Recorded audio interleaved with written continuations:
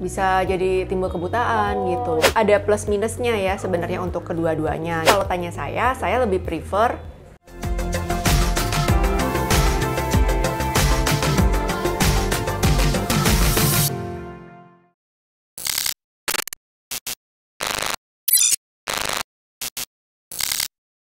semuanya, balik lagi bareng aku Nafila. Di Behind Beauty Podcast kali ini kita bakal ngomongin tentang thread lift dan filler. Kalau sebelumnya kita ngomongin thread lift filler secara umum, secara garis besar, apa itu thread lift, apa itu filler, apa kelebihan dan kekurangannya. Nah, kali ini kita mau ngebahas tentang filler dan thread lift hidung. Lebih ke thread lift versus filler gitu. Nah, yang pasti kita kalau ngomongin thread lift sama filler nih, kita bareng sama Dokter Vera. Hai Dok, apa kabar Dok? Hai Nafila, baik, makasih. Mudah-mudahan teman-teman juga baik semua ya. Iya, semoga teman-teman baik-baik juga nih. Jangan lupa selalu jaga kesehatan. Oh iya, Dokter Vera nih, mungkin kalau teman-teman udah sering nonton Behind Beauty Podcast tahu nih kalau Dokter Vera adalah dokter estetik di Estetik Klinik Alam Sutra. Ya Dok, iya, betul ya Dok? Betul. Ya? Nah, Dok, seperti yang aku bilang tadi itu kita mau bahas tentang thread lift dan filler. Tapi kalau sebelum-sebelumnya kita bahasnya secara garis umum ya Dok ya. Waktu itu kita juga sempat bahas tentang Foxy Eyes ya Dok ya. Oh iya, benar. Nah, sekarang kita mau bahas tentang thread lift versus filler hidung. Oh oke, Gitu, berarti Dok. waktu itu tentang mata, sekarang kita tentang hidung iya, gitu ya. turun ke bawah ya, agak boleh. di hidung sekarang gitu ya. Iya. Dok, sebenarnya apa sih Dok perbedaan thread lift hidung sama filler hidung Dok? Tentu bedanya dari bahan ya teman-teman, iya, itu udah iya. pasti ya Iya. Nabila. Jadi yang satu menggunakan filler, satunya lagi menggunakan thread lift. Nah sebenarnya kalau untuk bahannya sendiri apa, filler sendiri itu bahannya juga beragam. Jadi ada beberapa pilihan, misalnya yang hyaluronic acid atau yang polylactic acid atau yang kalsium hidroksiapatit gitu. Nah kemudian Banyak kalau ya, thread Dok, ya? lift ya ada beberapa lah, paling nggak at least ada 3 lebih gitu. Nah, sedangkan kalau thread lift sendiri yang umumnya digunakan adalah yang itu ya PDO atau caprolacton, lactic acid seperti itu. Nah, jadi dari bahan memang sudah berbeda gitu. Nah, memang ya ada yang sama tadi ya untuk filler maupun thread. Ada yang bahannya itu dari lactic acid, tapi mungkin bentuknya aja beda. Satu bentuknya benang, satu bentuknya filler. Filler tuh biasanya seperti cair gel. gitu. Oh, gel ya Dok? Iya, ya, seperti jatuhnya. gel bentuknya. Kalau apakah semua pasien itu bisa pakai thread lift, bisa pakai filler Dok? Atau dilihat dulu nih, oh pasien yang ini cocoknya pakai filler aja daripada thread lift gitu Dok? Oh, oke. Gimana, Jadi Dok? gini, sebenarnya sih ada ininya ya, ada assessmentnya sendiri. Kapan sih pasien itu kita gunakan yang si filler atau kapan kita gunakan yang si thread gitu. Tapi biasanya kalau kita untuk membuat bridging, maksudnya untuk bikin nose-nya gitu lebih ada shape, lebih ada batang. Nah, itu kita menggunakannya si benang gitu. Karena biasanya untuk pasien-pasien yang hidungnya agak lebar, nah kemudian dia nggak punya batang hidung, kita bisa bantu dengan si benang tadi gitu. Dan itu nggak cuman batangnya aja, tapi sampai ke bawah sini nanti ya, yang ke bawah sini, yang deket cuping, samping cuping gitu. Oke, berarti kalau yang dibutuhkan filler yang kayak gimana Dok? Kalau untuk filler sendiri sih sebenarnya sama nih kurang lebih ya, untuk nambah volume juga, untuk bikin bridge nose-nya juga gitu. Nah, tapi ada plus minusnya ya sebenarnya untuk kedua-duanya gitu. Akan tetapi kalau misalnya Nafila tanya saya prefer yang mana? Iya, nah ini nih, ini adalah Ya. jawaban dari thread lift versus filler. Benar. Apa nih Kalau jawabannya? saya sebenarnya balik lagi nih ke pertama preference dari si pasiennya dan kedua preference dari si dokter yang mengerjakan. Nah, tapi kalau tanya saya lebih prefer benang hidung gitu. Oh, lebih prefer thread lift ya Dok ya? Iya, dibanding filler. nose Kenapa, thread Dok? lift. Nah, kenapa nih ya? Nah, ini kenapa yang lebih ini? penting nih.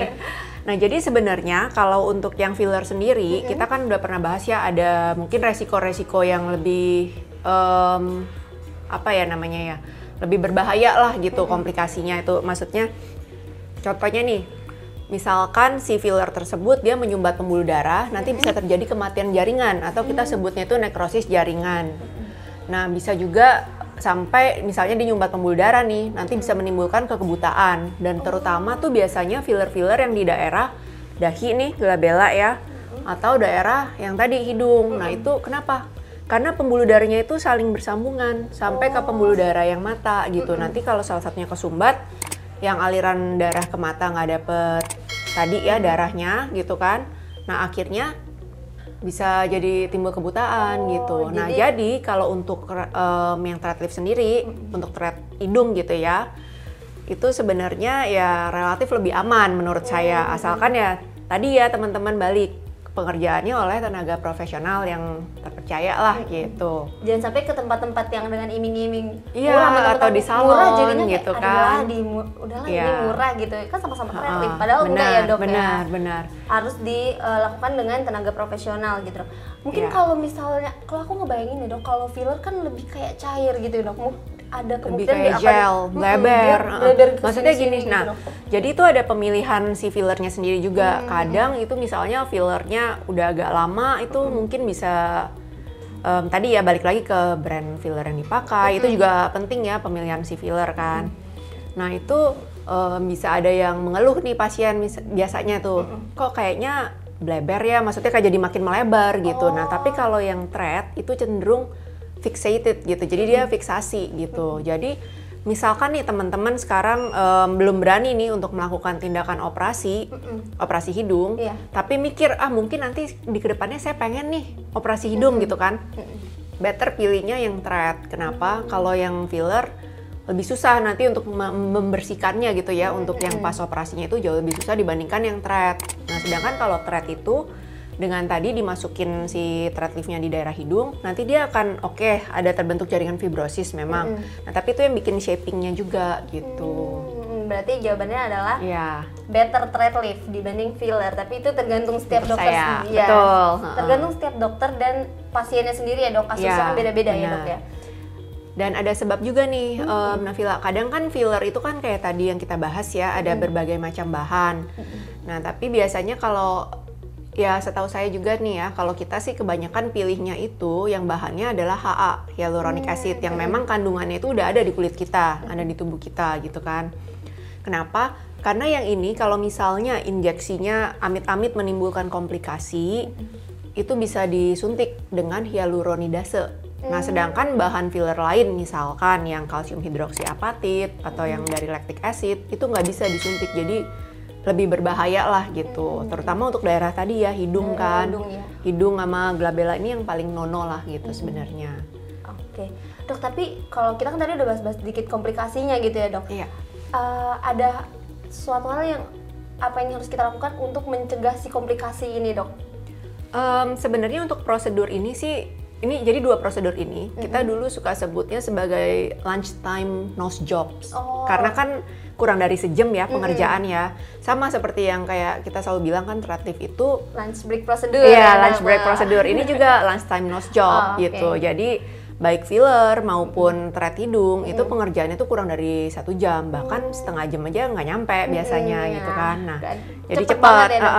Nah tapi ya tadi balik ke komplikasi ya. Nah itu gimana sih kita cara menghindarinya?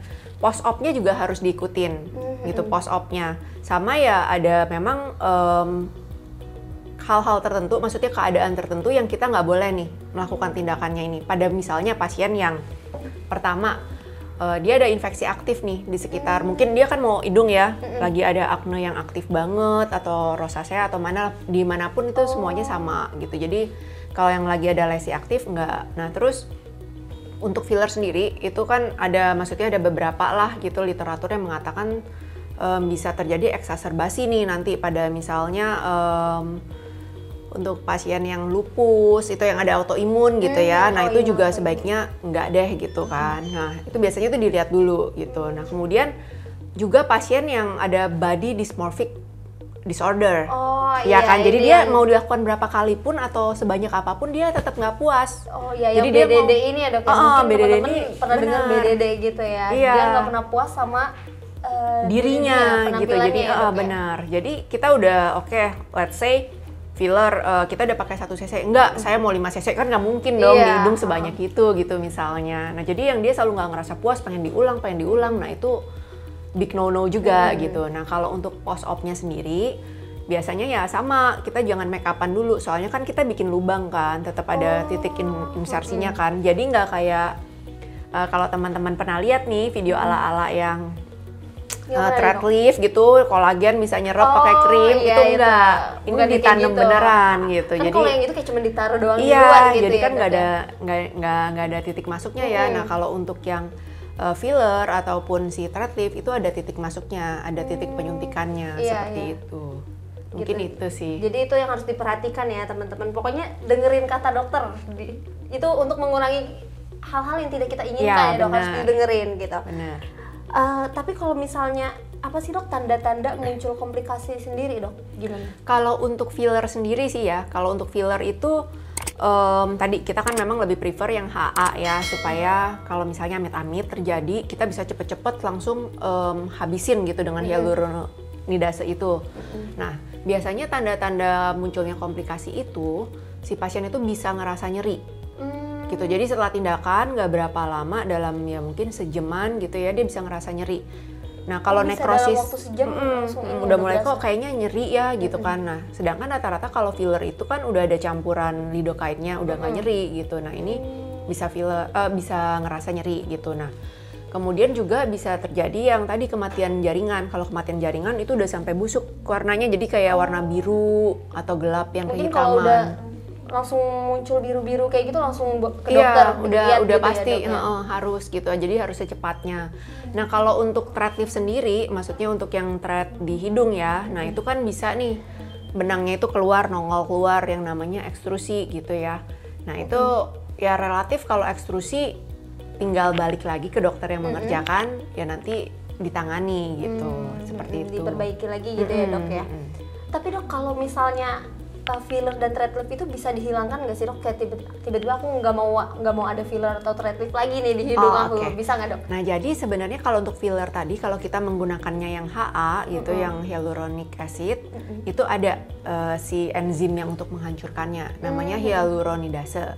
Oh yang tadi itu ya? Iya, itu bisa kita suntikin tuh. Jadi kalau yang pasien amit-amit ada komplikasi, itu juga tuh yang disuntikin duluan supaya nggak makin melebar komplikasinya. Nah tapi kalau misalnya untuk thread, bisa sebenarnya misalnya benangnya udah nongol keluar, mau dicabut, itu bisa. Tapi better sih enggak, kenapa? Biasanya kan ada scarnya gitu, takutnya jadi ada jejas gitu.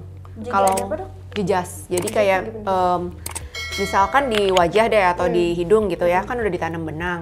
Nah dicabut dengan paksa, itu kan dia ada gerigi-geriginya juga kan, yang sebenarnya dia udah geriginya itu udah ngikat sama si jaringan lemak kita. Nah kalau dipaksa itu bisa ada kayak jejasnya gitu, kayak bekasnya gitu. Kelihatan dari luar gitu? Bisa, nggak selalu tapi bisa. Oh gitu. Bisa kelihatan dari luar, bisa enggak gitu. Tergantung dari waktu mengerjakan itu sedalam apa juga gitu. Jadi kan ya tadi ya balik ke tekniknya, ke si dokternya juga gitu. Mungkin kalau emang ya mau dilepas harus tahu konsekuensinya akan terjadi seperti apa bisa terjadi gitu. Itu. Tapi tentu bisa, tapi ada konsekuensinya gitu ya. By the way dok, mungkin teman-teman juga ada yang penasaran nih, kalau misalnya pakai thread lift dok, itu berapa benang yang dipakai dok? Untuk di daerah hidung ya kita bahasnya ya. Biasanya sih kita minimal 4, bisa sampai 8 juga, nanti tergantung. Jadi waktu pengerjaannya nanti biasanya dokternya akan nanya nih, kira-kira segini udah cukup belum? Kalau udah cukup nggak ditambah lagi gitu. Karena kan pasiennya juga bisa lihat ya dok, ini udah cukup atau belum, kalau kurang ditambahin lagi gitu. Betul. Mungkin karena dokter Vera setuju thread lift, tapi mungkin teman-teman ada yang penasaran juga nih, kalau filler berapa banyak sih, gitu kan. Minimal sih udah pasti 1 cc sih ya. Minimal 1 cc gitu. Berarti nanti dilihat juga ya. Iya, nanti disambil dilihat Udah juga. cukup atau belum gitu. Nah, itu dia ya. Semoga menjawab pertanyaan teman-teman ya kalau ada yang nanya nih. Nah, itu dia tadi pertanyaan terakhir dari aku, Dok. Mungkin kalau teman-teman masih ada pertanyaan lain bisa komen di kolom komentar, nanti mungkin akan dijawab di kolom komentar juga atau dijawab di konten selanjutnya ya, Dok. Betul, boleh. Jadi kesimpulannya adalah lebih baik apa, Dok, dari filler atau thread lift? Kalau saya lebih pilihnya no thread. Nah, no thread lift, tapi itu tergantung dari pasiennya lagi, tergantung dokter yang menanganinya juga ya, betul. Dok ya. Jadi jangan ragu untuk konsultasi dulu. Nah, ini juga pentingnya konsultasi ya, Dok. Betul. Jadi harus konsultasi dulu sebelum mendapatkan penanganan yang tepat gitu. Oke, mungkin sampai sini aja, Dok. Terima kasih udah mau sharing di Behind Beauty Podcast nih. Terima kasih juga buat teman-teman yang udah dengerin dan nonton Behind Beauty Podcast kali ini. Sampai jumpa di podcast selanjutnya. Dah. Dadah, makasih.